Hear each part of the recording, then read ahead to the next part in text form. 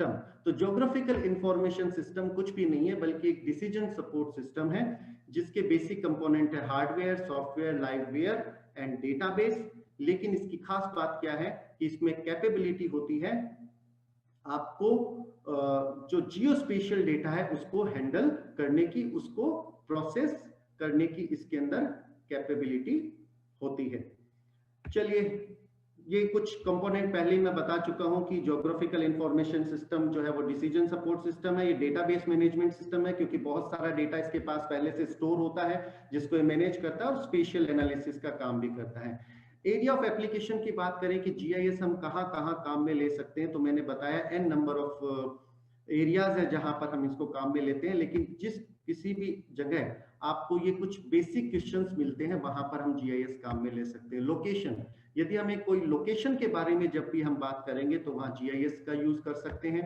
Condition, यदि कोई conditional की बात कर रहे हैं, जैसे अगर मैं कंडीशन लगाऊं कि मुझे ऐसा रूट तय करना है जिसमें मेरे फ्रेंड का घर भी आ जाए, तो ये जब कंडीशन आ गई तो वहां हम जीआईएस को यूज कर सकते हैं। ट्रेंड अगर हमें देखना हो तो जीआईएस, रूटिंग निकालनी हो कि अगर मुझे यहाँ से जयपुर जाना है तो कौन सा रूट फॉलो करूं, कौन सा रूट ऑप्टिमम है, तो उसके लिए जीआईएस काम में ले सकते हैं। पैटर्न अगर निकालना हो तो जीआईएस काम में ले सकते हैं, और कुछ मॉडलिंग करनी है तो जीआईएस। और आप देखेंगे कि हम हमारे दैनिक जीवन में जो नॉर्मल डिसीजन लेते हैं उससे लेकर जो बड़े बड़े लेवल पे जो डिसीजंस ले जाते हैं उनमें इन्हीं क्वेश्चंस को ही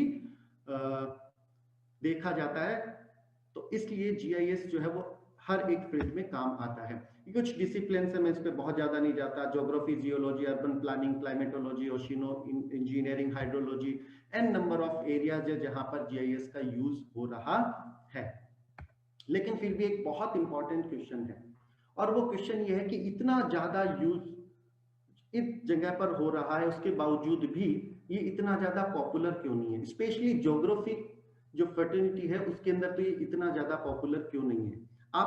मैं अपनी इस बात को सपोर्ट दूंगा कि जीआईएस के ज्योग्राफिकल इंफॉर्मेशन सिस्टम में ज्योग्राफी शब्द जरूर है, लेकिन 90% से ज्यादा लोग जो जीआईएस में काम कर रहे हैं वो नॉन ज्योग्राफर्स हैं, वो ज्योग्राफी बैकग्राउंड के नहीं है। यही रीजन है कि इसमें जो जीआईएस में ट्रिमेंडस एबिलिटी, कैपेबिलिटी होते हुए भी क्योंकि ज्योग्राफिकल एलिमेंट वहां पर मिसिंग है, ज्योग्राफी के लोग वहां जुड़े हुए नहीं है, इसकी वजह से डे टू डे लाइफ में ये बहुत ज्यादा रोल प्ले नहीं कर पा रहा है, इतनी ज्यादा कैपेबिलिटी होने के बावजूद भी। इसके पीछे रीजन क्या है?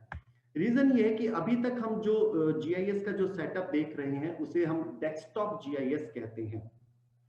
डेस्कटॉप जीआईएस इसलिए कह रहे हैं क्योंकि आप लोगों ने देखा होगा जैसे ही जीआईएस के बारे में बात करते हैं तो एक जीआईएस लैब सेटअप करनी पड़ेगी। आपको लगता है जीआईएस के लिए हमें बहुत महंगे सॉफ्टवेयर्स लेने पड़ते हैं, तो जो डेस्कटॉप जीआईएस है उसकी कुछ प्रॉब्लम्स हैं। पहली प्रॉब्लम है हाई एंड सॉफ्टवेयर और हार्डवेयर की जरूरत पड़ती है हमें, क्योंकि ये प्रोसेसिंग कर रहा है, स्पेशल डेटा को प्रोसेस कर रहा है, और स्पेशल डेटा को प्रोसेस करने के लिए आपको बहुत हाई एंड सॉफ्टवेयर्स और हार्डवेयर की जरूरत पड़ती है। आप में से बहुत लोग जो जीआईएस यूज कर रहे हैं उनको पता है कि कुछ ऐसे प्रोफेशनल सॉफ्टवेयर्स, कमर्शियल सॉफ्टवेयर भी हैं जिनके एक सिंगल लाइसेंस जो है वो भी 5 लाख 10 लाख का हो सकता है।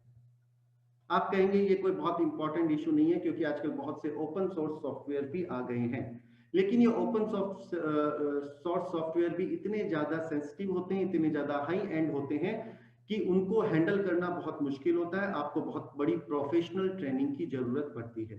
साथ ही साथ इस जीआईएस सॉफ्टवेयर को काम में लेने के लिए आपको हाई एंड हार्डवेयर की भी जरूरत पड़ती है, और जब हाई एंड सॉफ्टवेयर और हाई एंड हार्डवेयर मिल जाते हैं तो ये कॉम्बिनेशन ऐसा होता है कि अगर आपको एक छोटा सा जीआईएस का सेटअप भी डेवलप करना है तो शायद उसकी कॉस्ट 10 लाख से ज्यादा हो जाती है।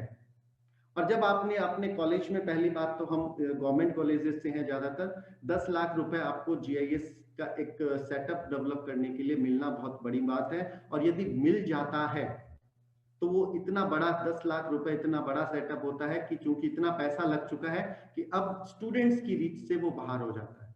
यही रीजन है कि बहुत से स्टूडेंट्स जिनमें पीजी में यूनिवर्सिटीज में जीआईएस एक स्पेशल पेपर के तौर पे है, उसके बावजूद भी बहुत ज्यादा लोग उसको टर्न आउट नहीं कर रहे हैं, उसको ऑप्ट नहीं कर रहे हैं। इसके पीछे एक रीजन ये भी है कि वो प्रैक्टिकल अप्रोच जीआईएस की कहीं ना कहीं मिसिंग है। उसके अलावा कुछ और प्रॉब्लम भी है, क्योंकि ये सॉफ्टवेयर और हार्डवेयर बहुत ज़्यादा हाई एंड है, बहुत ज़्यादा महंगे हैं, इसलिए हमें ट्रेन ह्यूमन रिसोर्स की जरूरत पड़ती है, प्रोग्रामर टेक्नीशियंस की जरूरत पड़ती है, जीआईएस प्रोफेशनल्स की जरूरत पड़ती है। तो ये भी एक बहुत बड़ा इशू है। कुछ और इशू भी है, आउटपुट जो है वो इसका स्टैटिक तरह से है।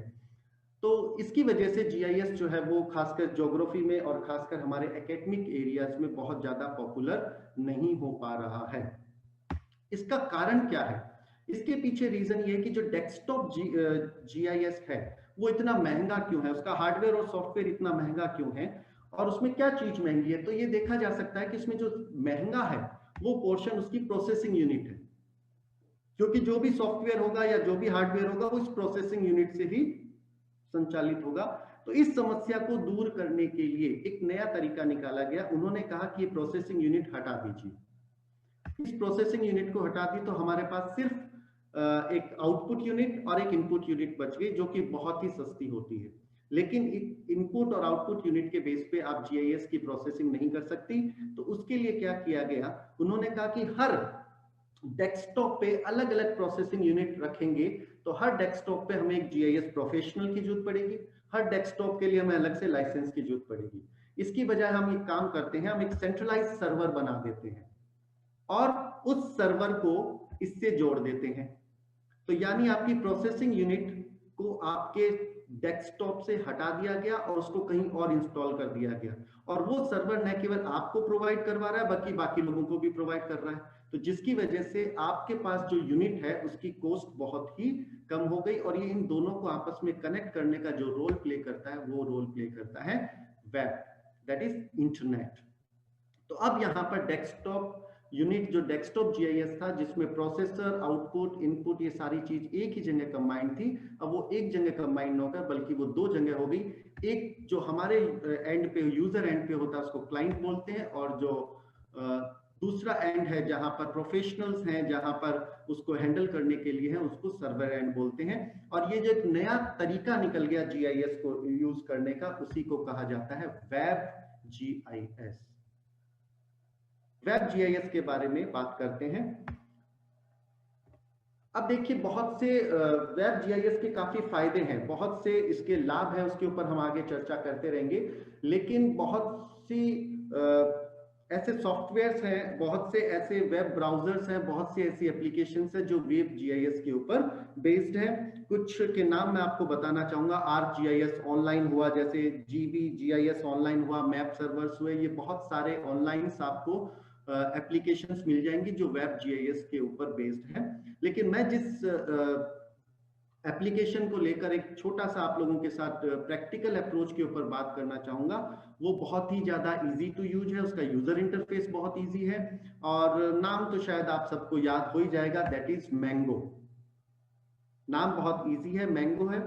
आप इसको आपको इसको इंस्टॉल करने के लिए कुछ भी नहीं करने की जरूरत। आपके वेब ब्राउजर में जाइए, mangomap.com करके आप एंटर करेंगे, आप वहां पर इसको वहां जा सकते हैं। साइन इन करना पड़ेगा आपको, आप साइन इन कर लीजिएगा, वहां पर साइन अप कर लीजिएगा। बहुत बेसिक इंफॉर्मेशन मांगते हैं, आपका ईमेल एड्रेस चाहिएगा उनको, बाकी 2-3 डिटेल्स और चाहिए। उसके बेसिस पे आप वहां पर बिल्कुल उसी तरीके से लॉगिन कर सकते हैं जैसे कि आप अपना फेसबुक अकाउंट लॉगिन करते हैं या व्हाट्सएप का अकाउंट बनाते हैं। ठीक उसी तरीके से ये एक वेब पोर्टल कह सकते हैं आप, या एक वेबसाइट कह सकते हैं।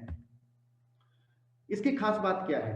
इसकी खास बात यह है कि इसके लिए आपको कोई हाई एंड सॉफ्टवेयर अपने कंप्यूटर में, अपने पीसी में, अपने डेस्कटॉप में इंस्टॉल करने की जरूरत नहीं है। ये किसी भी वेब ब्राउजर के ऊपर चल सकता है। तो एक खास बात जो वेब जीआईएस की, जो डेस्कटॉप जीआईएस में नहीं था, आप लोगों को पता होगा जो जीआईएस पे काम कर रहे हैं, अगर उनको डेस्कटॉप जीआईएस पे कुछ काम करना है तो वहां पर कम से कम 3-4 जीबी का एक बहुत ही सेंसिटिव सॉफ्टवेयर डाउनलोड करना पड़ता था, चाहे वो ओपन सोर्स भी क्यों ना हो। वो बहुत ज्यादा टेक्निकल होता था, उसको इंस्टॉल करना ही अपने आप में बहुत बड़ी बात होती थी। और ये सारा कुछ बिल्कुल ऐसे ही था जैसे कि अगर मैं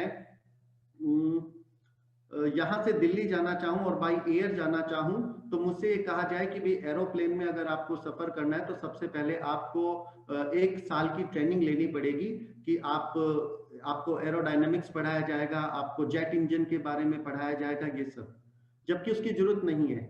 मैं सिर्फ एक यूजर हूं, तो मुझे सिर्फ इमरजेंसीज के समय मुझे क्या करना है वही जानना जरूरी है। ठीक उसी प्रकार वेब जीआईएस में डेस्कटॉप जीआईएस से अलग ऐसे है कि यहाँ पर आपको कोई सॉफ्टवेयर, कोई टेक्निकल चीजों के बारे में बात करने की जरूरत नहीं है, क्योंकि वो सर्वर एंड पे जीआईएस प्रोफेशनल्स उसको हैंडल कर रहे हैं। आप सिर्फ एक एंड यूजर हैं और आपको जो बिल्कुल लिमिटेड आपकी जो रिक्वायरमेंट्स हैं उनको आपको पूरी करनी है।